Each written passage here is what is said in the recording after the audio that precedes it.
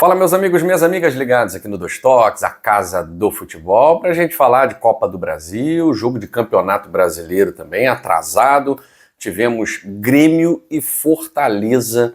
Vitória do Grêmio por 2-1, jogando na sua arena, mas dá para dizer que o Fortaleza, principalmente o goleiro do Fortaleza, o Magrão, entregou de lambuja esses 2 gols para o Grêmio em 2 penalidades. Vou te contar, né? Será que acabou o encanto do Fortaleza?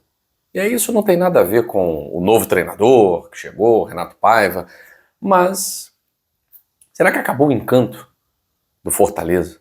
Fortaleza que tanto encantou o futebol brasileiro nos últimos 3 anos, 4 anos, sempre com times que performavam em alto nível, sempre surpreendendo e muitas vezes nem mais surpreendendo, já sendo lugar comum. É o Fortaleza ali em 4º lugar, no 3º lugar, já não é mais surpresa. Será que acabou o encanto? Será que o Fortaleza esse ano vai ter uma luta diferente? Lutar para não cair e ver o seu rival Ceará na primeira divisão, alçando voos maiores? Será? Bom, vamos falar também de Davide Ancelotti, treinador italiano, que está no Botafogo invicto, fazendo o Botafogo jogar bola, transformou o Botafogo desde que a Copa do Mundo de Clubes terminou, desde que reiniciou o Campeonato Brasileiro, no clube da Série A, com mais chances claras criadas entre todos os times da Série A, ou seja, o Botafogo do Ancelotti joga bola. E por que ainda a imprensa brasileira está reticente, finge que nada está acontecendo? Bom, a imprensa espanhola já tece comentários a cada grande atuação do Botafogo e depois de ontem, a imprensa espanhola, através do jornal AS, um dos principais da Espanha, elogiando muito a atuação do Botafogo, chamando de rolo compressor. Afinal de contas, teve realmente uma atuação muito boa, talvez o melhor jogo do Botafogo da era Ancelotti, né? E a imprensa brasileira ainda muito tímida. A gente vê quem criticou não voltando atrás. A gente vê quem babou treinador com muito menos currículo não babando o Ancelotti. O torcedor do Botafogo fica, mas é melhor assim, tal, é melhor assim, ok, para o torcedor. Mas que é uma hipocrisia jornalística muito grande? É. E como jornalista eu estou aqui para denunciar isso. Por que um treinador de um time A merece grande destaque e o treinador de time B não merece? Eu estou falando do filho do Carlo Ancelotti. Eu estou falando de um cara que, para muitos, inclusive quem trabalhou com o Carlo Ancelotti, dizia, o próprio lateral direito, ex-lateral direito, agora se aposentou, né? Ex-Bayern, ex-Flamengo, ex-São Paulo, Curitiba, Rafinha, dizendo que quem sacava mesmo era ele, porque o Carlo era muito defensivo e o Davide muito ofensivo.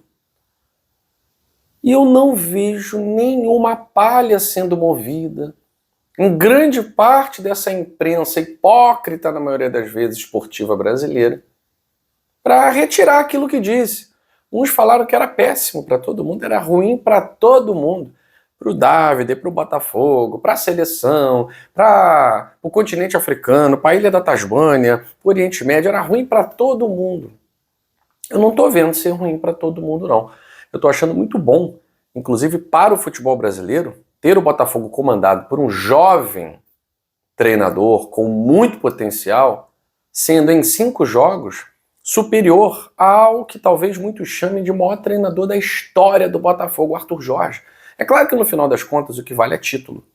O Arthur Jorge terminou com uma Libertadores e um brasileiro.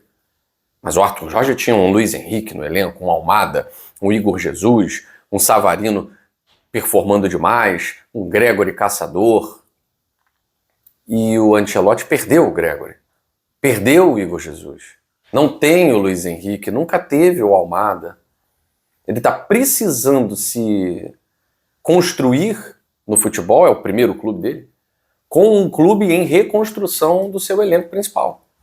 O Botafogo que tem, dá para dizer que tem uma espinha dorsal, né, que passa pelo excelente goleiro John, pelo Alexander Barbosa, por dois laterais muito regulares, Alex Telles e Vitinho, e os reservas que muitas vezes entram e dão conta do recado, o caso do Cuiabano ontem, que partida do Cuiabano.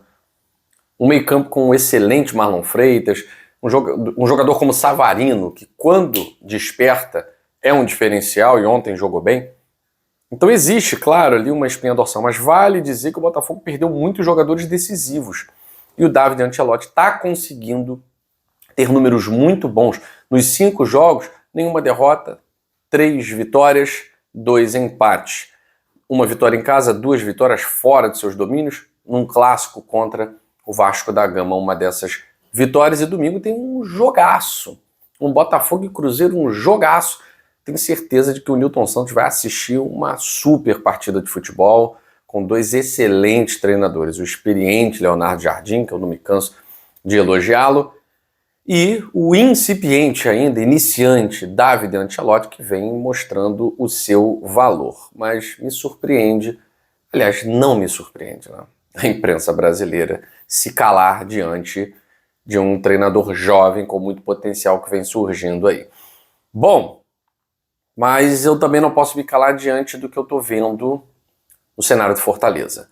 O Fortaleza pode me surpreender. Aí dessa vez vai ser uma surpresa mesmo, né? Porque com o Vojvoda nada me surpreendia no time do Lion.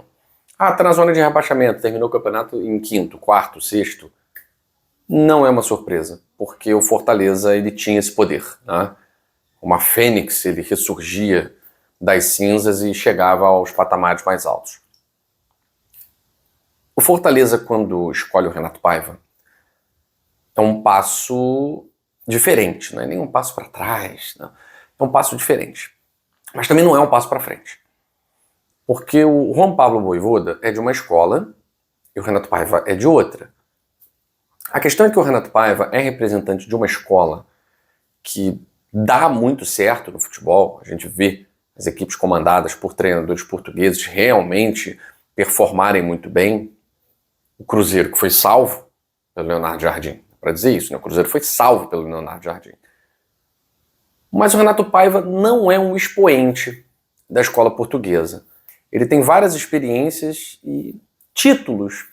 Um nacional, Independente Del Valle, que eu considero o primeiro grande título da equipe do Independente Del Valle, que vai culminar no título da Copa Sul-Americana naquele ano, já com outro treinador, né? E um título de campeonato baiano pelo Bahia, que eu não considero muito, né? Títulos estaduais. E quando o Fortaleza traz o Renato Paiva, talvez o recado seja: precisamos de uma temporada tranquila. A temporada não tá boa, a temporada ela tá se desenhando com eliminações, né? Eliminações em vários torneios, Copa do Brasil, Copa do Nordeste, torneios em que o Fortaleza, principalmente Copa do Nordeste, né? Era bam. Fortaleza tá fora. Tem a Libertadores ainda, por um milagre, e o Campeonato Brasileiro. Com a derrota de ontem para o Grêmio, o Fortaleza ele continua na zona de rebaixamento. Tirou um jogo a menos que tinha, mas continua na zona de rebaixamento. E vale lembrar, fim de semana tem jogo, depois pega o Botafogo, o reencontro de Renato Paiva e Botafogo, vai ser interessante. Mas é um time que talvez tenha perdido o seu encanto. Eu não sei se o Renato Paiva tem capacidade para fazer o Fortaleza recuperar o encanto da era Vojvoda. Pode ser que eu me engane, mas acho difícil. Acho que o campeonato do Fortaleza hoje é o campeonato do Ceará. É o campeonato de permanência. E vejo até o Ceará do Léo Condé um pouco à frente do Fortaleza do Renato Paiva. Mas é claro, só o tempo vai dizer se o encanto do Lion se acabou. Fico por aqui. Beijo grande, até a próxima edição do Dois Toques, a casa do futebol. Valeu.